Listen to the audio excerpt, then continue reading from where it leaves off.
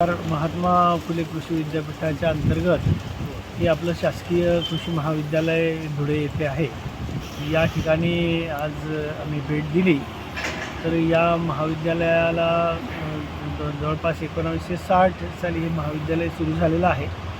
या महाविद्यालयामध्ये मोठ्या संख्येने विद्यार्थी या ठिकाणी प्रवेश घेतात आणि आज आम्ही या महाविद्यालयातील सर्व ज्या सोयीसुविधा आहेत त्याची देखील पाहणी केली आणि या ठिकाणी जे विभाग आहेत त्या संपूर्ण विभागांना देखील भेटी आम्ही देत आहोत। इथलं प्रक्षेत्र आहे, इथं प्लांटेशन्स आहेत, या संपूर्ण प्लांटेशन प्रक्षेत्र याची देखील भेट या ठिकाणी आम्ही आज देणार आहोत। विद्यार्थ्यांशी देखील या ठिकाणी इंटरॅक्शन केलेलं आहे।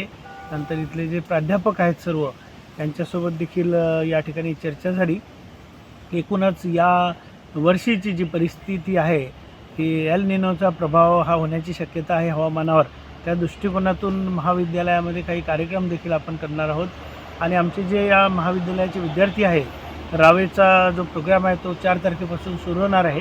तर 4 तारखेला रावेच्या विद्यार्थ्यांना संतुलित खतांचा वापर कसा करावा, नंतर आवर्षणाचा जो कालावधी असतो आपल्याकडे, जर पाऊसमान व्यवस्थित झालं नाही तर ड्राय स्पेल आपल्याकडे पडतो। या आवर्षणाच्या कालावधीमध्ये शेतकऱ्यांनी कशा तऱ्हेने महात्मा फुले कृषी विद्यापीठाने विकसित केलेलं तंत्रज्ञान वापरून शेती करावी, असं देखील आपले पूर्ण विद्यार्थी जे आहे महाविद्यालयाचे ते संपूर्ण गावांमध्ये शेतकरी बांधवांकडे जाणार आणि त्याचा देखील संदेश या महाविद्यालयातून घेऊन जाणार आहेत। एकूणच या महाविद्यालयाचं विद्यापीठामध्ये एक चांगलं महत्त्वाचं योगदान राहिलेलं आहे आणि या ठिकाणी आज मी महात्मा फुले कृषी विद्यापीठाचा कुलगुरू म्हणून या संपूर्ण महाविद्यालयाच्या प्रक्षेत्राला भेटी देत आहे। धन्यवाद।